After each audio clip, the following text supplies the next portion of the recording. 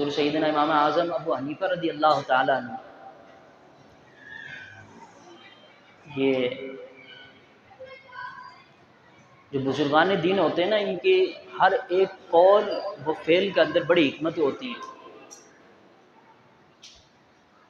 हम जब किसी ऐसी इन हस्तियों से मिला करते हैं ना, जो बस ज़ाहिर उनका कुछ नहीं होता, बातिन बहुत कुछ होता है, तो हम उनको बिल्कुल निचले तबके का समझ लेते हैं।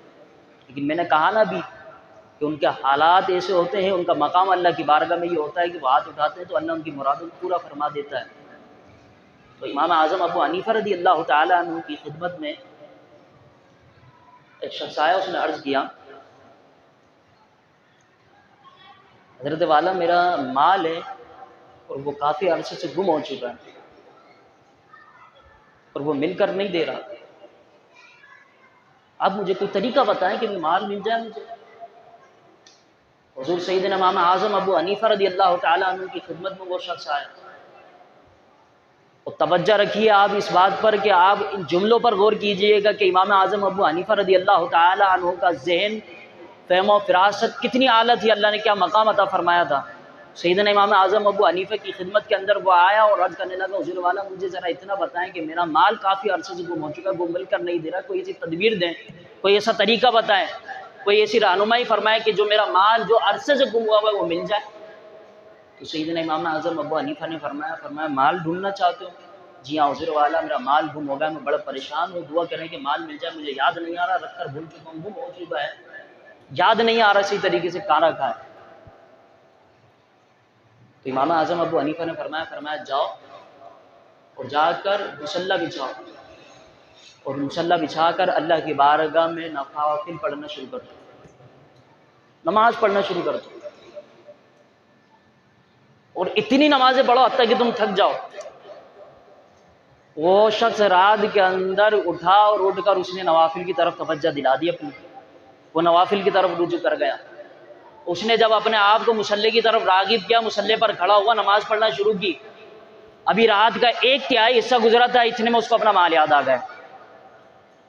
जैसे ही उसको अपना माल याद आया, वो सैयदना इमाम आज़म अबू हनीफ़ा की खिदमत के अंदर दूसरे दिन गया और दूसरे दिन जाकर इमाम आज़म अबू हनीफ़ा की खिदमत में जाकर अर्ज़ किया, हुज़ूर वाला मैंने अभी एक वक्त ही लम्हा गुजारा था कि मुझे अपना माल याद आ गया, मैंने वही नमाज का मुसल्ला बंद किया और मैं माल की तरफ दौड़ा, मुझे माल हासिल किया और आपकी खिदमत में आ गया। सैयदना इमाम आज़म अबू हनीफ़ा ने फरमाया माल मिल गया? जी हाँ हज़रत वाला माल मिल गया।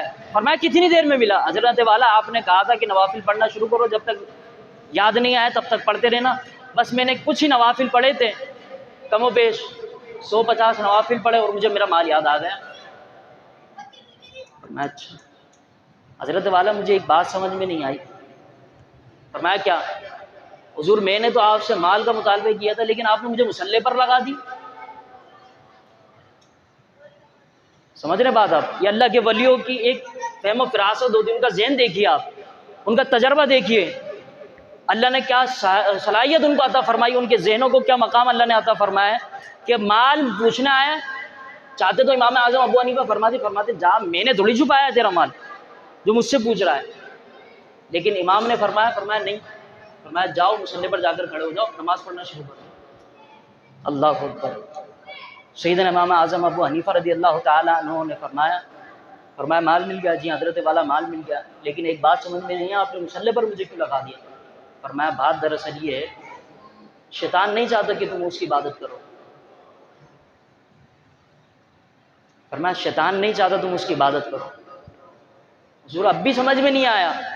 फरमाया मैंने तुम्हें मुसल्ले पर इसलिए लगाया था कि शैतान को इस बात से चिढ़े कि कोई खुदा की इबादत करे। फरमाया वो चाहता नहीं था कि तुम उसकी इबादत में पूरी रात खड़े रहो। फरमाया वो शैतान ने कहीं ना कहीं से तुम्हारे जहन के अंदर माल तुम्हारे फिट कर दिया, जिससे तुम्हें याद आ गया, तुम्हें नमाज से गाफिल कर दिया, तुम अपने माल की तरफ चले गए। ये उन बुजुर्गों की फहम और फिरासत है। हमारे यहाँ पर जब बुजुर्ग ऐसी तदबीर बताते हैं तो हम उन पर उल्टा कसना शुरू हो जाते हैं, लेकिन फरमाया वो हकीकत के अंदर तुम्हारे दिलों पर नज़र रखते हैं।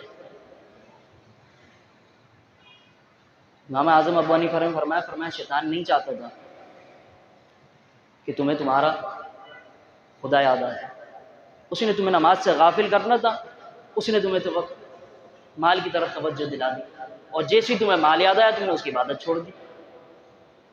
फरमाया बस इसी वजह से मैंने तुम्हें कहा था कि अल्लाह की बारगाह में जाकर सजदा सुजूद करो।